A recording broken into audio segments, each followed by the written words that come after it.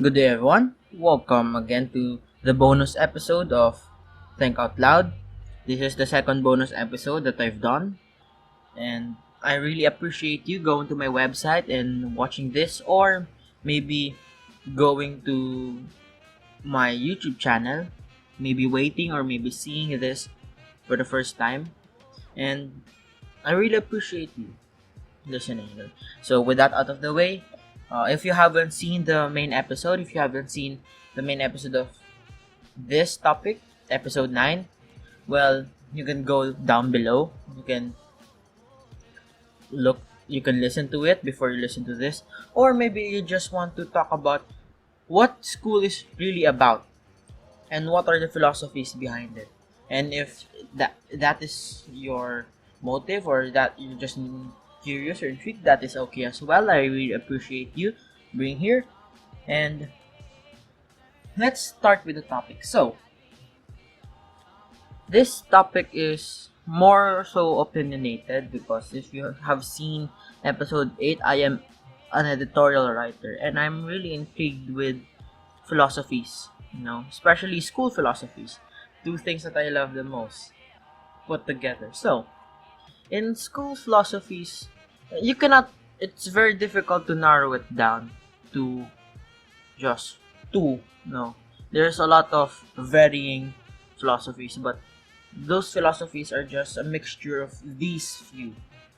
Not this few alone, because I've only put the main philosophies, but generally this is it. So you have idealism, realism, pragmatism, and existentialism. So these four aspects, again, this is not exclusive. This list includes and not exclusive to this four, and I would like to talk to you about this thing. So generally, the idea of idealism is from the word ideal. You have an ideal about the world. You have a perspective. You have something that you want the world to live up to. You want the students to live up to.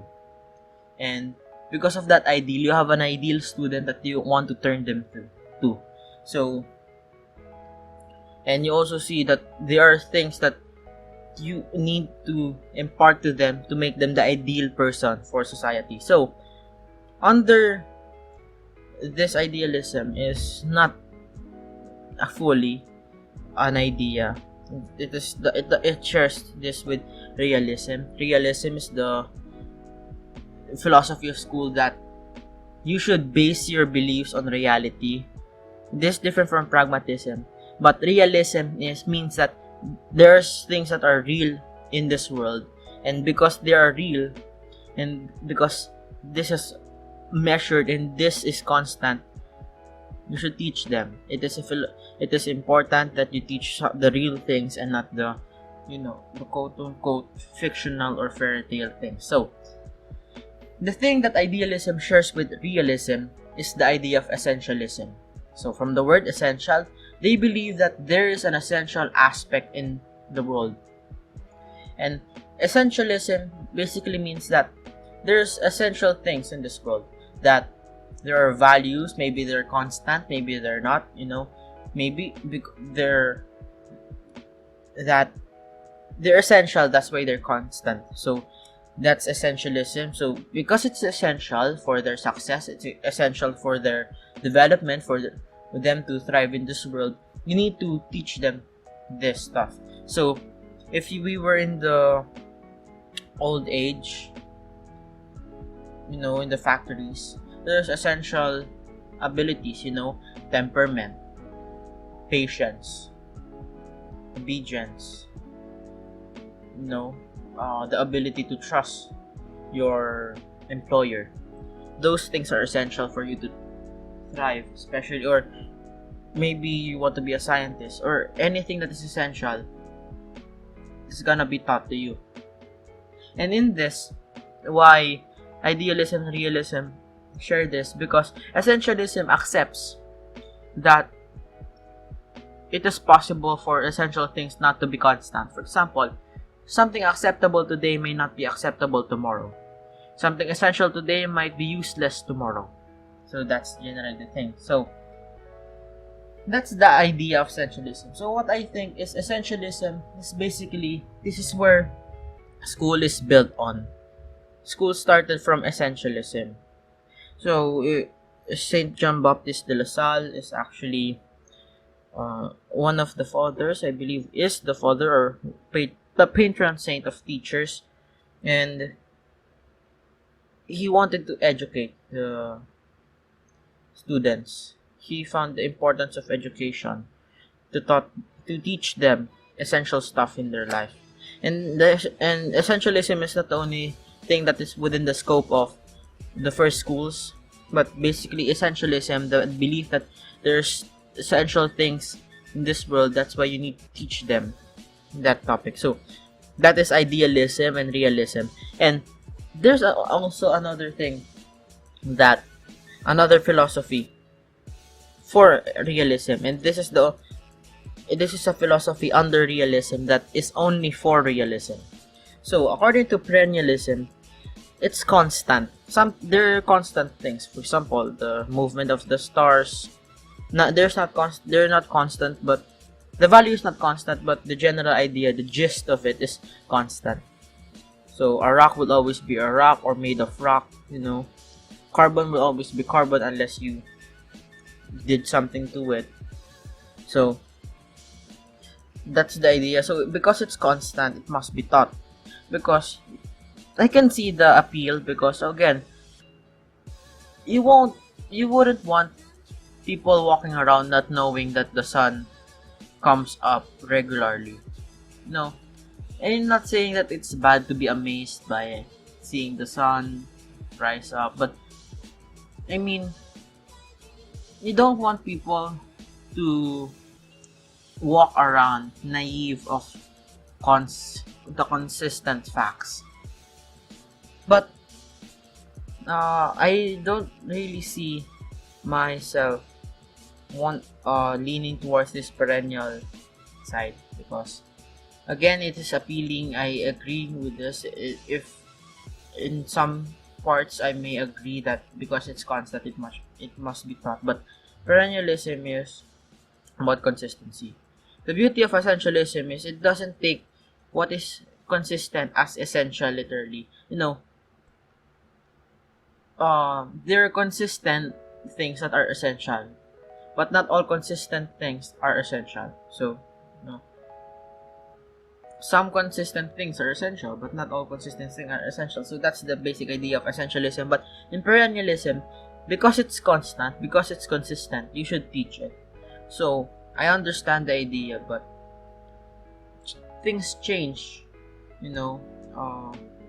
The consistency may outlive them, but they're not gonna be satisfied with their life if they know the mathematical equation for the rotation of the sun, for the rotation of the earth around the sun.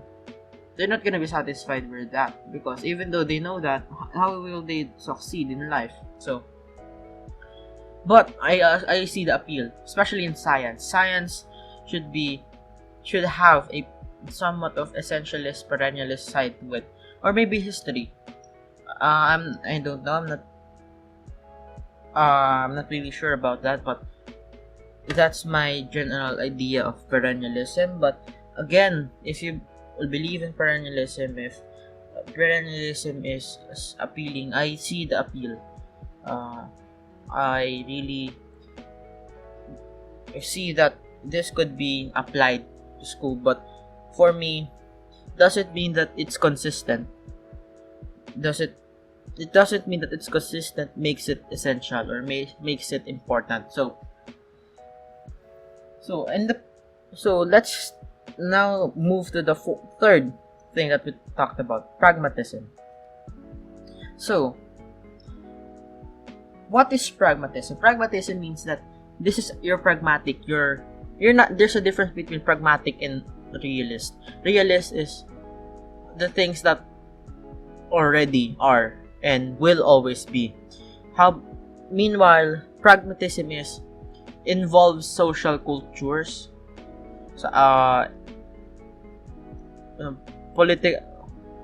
socio-political, geopolitical, all of those things. It tackles those because it is the real world. That's where the word real world means. So a lot of people don't like that, saying that after school you're gonna tackle the real world, because they say, well, the school is the real world, and you should be introduced to the real world in school, actually, for me. But you don't need to force the student to be in the real world immediately, to face all the taxes, all this scrutiny in the world. But generally, pragmatism means that you focus on what's going on, what's real, what things are what things are. Yeah. And the idea under pragmatism is progressivism and social reconstructionism. Reconstructivism. Progressivism means that the school should not be curriculum based but student centric. Why? Because the student should learn the world, see the world to know its results. If I say hot is hot, I don't know what hot is. But if you touch an object that is hot, you will feel what hot is, and you will feel that it's very unpleasant. So that's the idea. So it is better to experience it for themselves. And I see progressivism as a good idea for young students, and for subjects such as TLE, technology and living education, and for all of those, maybe science, if you have experiments that experience it for themselves. You cannot just teach them, and they won't have the experience, they won't have the muscle memory to do so. And progressivism is a good idea for letting the students know and feel what actually is happening to the world. And next is social reconstructivism. Well, this just means that the meaning of school is to make the world a better place. So you need to reconstruct the social manners that is expected to the world. So the way to make the world better is if you have proper behaviors, proper actions and that is used to better the world. So that's the idea of social reconstructivism. And I can see that it is good because, again, you're being pragmatic. You're seeing that if I do this, then the world would be a better place. And progressivism, if I do this will be the result. So basically, the two things is just cause and effect. But one thing is learn cause, so you can have the expected effect. And one thing is do the cause, so you will have an effect. Next is existentialism. So from the existential world means that maybe that the mode of being, existence, is not grounded in anything. We just existed. So meaning that there's no hierarchies.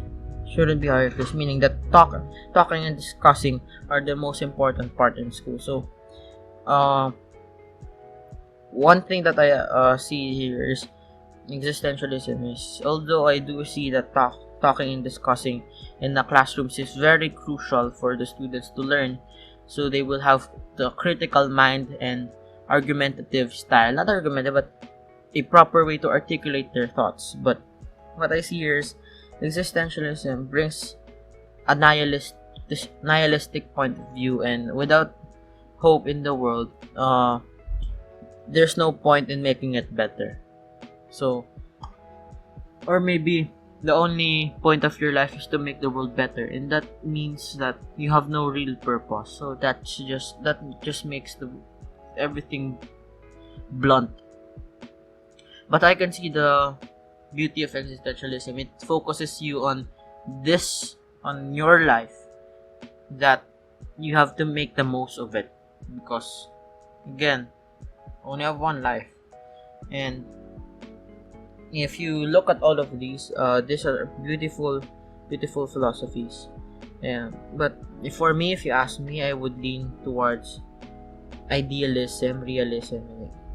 I would lean to all of these, but to the specific topics, I would lean to essentialism and progressivism, and maybe some social reconstructivism. But those two, essentialism, progressivism, those two are really attractive to me because it means that not everything is constant.